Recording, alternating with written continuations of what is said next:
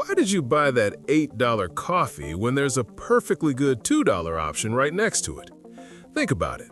People choosing expensive brands over generic ones that are literally the same product. Panic buying toilet paper when there's no actual shortage. Paying twice as much for something just because it says limited edition on the label. Your brain is being hacked, and the scary part? You don't even know it's happening. By the end of this video, you'll never shop, invest, or make decisions the same way again. And honestly, that might save you thousands of dollars. So let's talk about behavioral economics. It's basically where psychology meets money, and it's one of the most fascinating fields you've probably never heard of. Here's the thing. Traditional economics assumes that humans are rational, that we carefully weigh all our options, calculate the costs and benefits, and make logical decisions. Spoiler alert, we don't. We're emotional, impulsive, and incredibly predictable in our irrationality. And once you understand the patterns, you start seeing them everywhere. This field has produced Nobel Prize winners like Daniel Kahneman and Richard Thaler because it literally changed how we understand human behavior. And this isn't just academic stuff. This affects your wallet, your career, your relationships, every decision you make. Before we go any further, comment below the last irrational purchase you made. I want to know I'm not alone in buying things I absolutely didn't need. Let me introduce you to the first mind trick, the anchoring effect. Picture this, you're shopping online and you see a jacket. The original price is $200, but it's on sale for $99. Feels like a great deal, right? Here's what just happened to your brain. That first number, that $200, became your anchor, your reference point. Even if that jacket was never actually worth $200, even if the company made up that original price, your brain now thinks $99 is a bargain. This is everywhere once you notice it. Restaurants put one ridiculously expensive item on the menu, like a $70 steak, to make the $35 pasta seem reasonable. In salary negotiations, whoever throws out the first number sets the anchor for the entire conversation. Real estate agents show you overpriced houses first to make the one they actually want to sell you seem like a steal. There's this famous story about Williams-Sonoma, the kitchen store. They had a bread maker for $275, and it wasn't selling. So what did they do? They introduced a new model for $429. Suddenly, the original bread maker's sales doubled. Nobody wanted the expensive one. It existed purely to make the other one look affordable. So how do you avoid getting anchored? Do your research before you see any prices. Know what something is actually worth. And when you see an original price crossed out, just ignore it completely. It's probably meaningless. Now let's talk about something even more powerful, loss aversion. This is the big one. Psychologists have proven that losing $100 hurts about twice as much as gaining $100 feels good.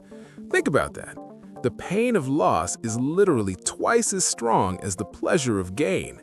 This evolved as a survival mechanism. Our ancestors, who were more afraid of losing food, survived better than the ones who were chill about it. But in modern life, this instinct gets exploited constantly. Every time you see "don't miss out" in marketing, that's loss aversion. Free trials trap you because canceling feels like losing something you have even though you never paid for it. Cryptocurrency traders holding on to losing investments, watching them drop lower and lower because selling means admitting the loss is real. People do the same thing with stocks. They'll sell their winners too early because they're afraid of losing the gains, but they'll hold their losers way too long because they don't want to accept the loss. Kahneman did this famous experiment. He asked people, would you take a coin flip where heads you win $150, tails you lose $100? Mathematically, you should take that bet every single time. The expected value is positive, but most people won't do it. The fear of losing that $100 is just too strong. So here's your practical tip. When you're making a decision, try to reframe it from a gain perspective instead of a loss perspective. Instead of, if I don't buy this now, I'll lose the deal, ask yourself, is this actually worth my money regardless of the discount? All right, this next one is gonna blow your mind. It's called the decoy effect. You've seen this at movie theaters and you never noticed. Small popcorn is $3, medium is $6.50, large is $7. Now be honest, when you see that pricing, which one do you buy? Most people get the large because compared to the medium, it's basically the same price for way more popcorn. But here's the secret. Nobody is supposed to buy the medium. The medium exists purely to make the large look like an incredible deal. Without that medium option, the large would seem expensive. But with it, the large seems like the obvious smart choice. This is everywhere. Spotify has a free tier, an individual plan, and a family plan. The family plan looks amazing compared to individual. Streaming services do this constantly. The Economist ran one of the most famous pricing experiments ever. They offered 3 subscriptions, online only for $59, print only for $125, or print plus online for $125. Almost nobody picked print only. Why would you, when print plus online is the same price? But when they removed the print only option, way fewer people bought the expensive bundle. That middle option, the one nobody wants, it exists just to manipulate your perception of value. Let's talk about social proof and herd mentality. We are social creatures, and we look to other people to figure out what's correct, what's safe, what's desirable. When you see bestseller on a book or 10,000 people bought this today on a product, your brain goes, well, if that many people want it, it must be good. Empty restaurant versus restaurant with a line out the door. Which one are you more likely to trust? Exactly. This is why influencer marketing is a multi-billion-dollar industry. We trust people who seem like us, and if they're using a product, we think we should too. But here's the dark side. This is how financial bubbles happen.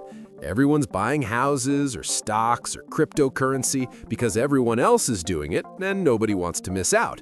Then it crashes because it was never based on actual value, just herd behavior. Remember GameStop, the meme stock phenomenon? That was social proof on steroids. People bought it not because the company was worth it, but because other people were buying it. So, how do you resist this? Ask yourself one simple question. Would I want this if nobody else did? If the answer is no, you probably don't actually want it. Here's another sneaky one, the endowment effect. We overvalue things simply because we own them. There's this classic experiment with coffee mugs. Researchers gave people mugs and asked how much they'd sell them for. The average answer was around $7. Then they asked people who didn't have mugs how much they'd pay to buy one. Average answer?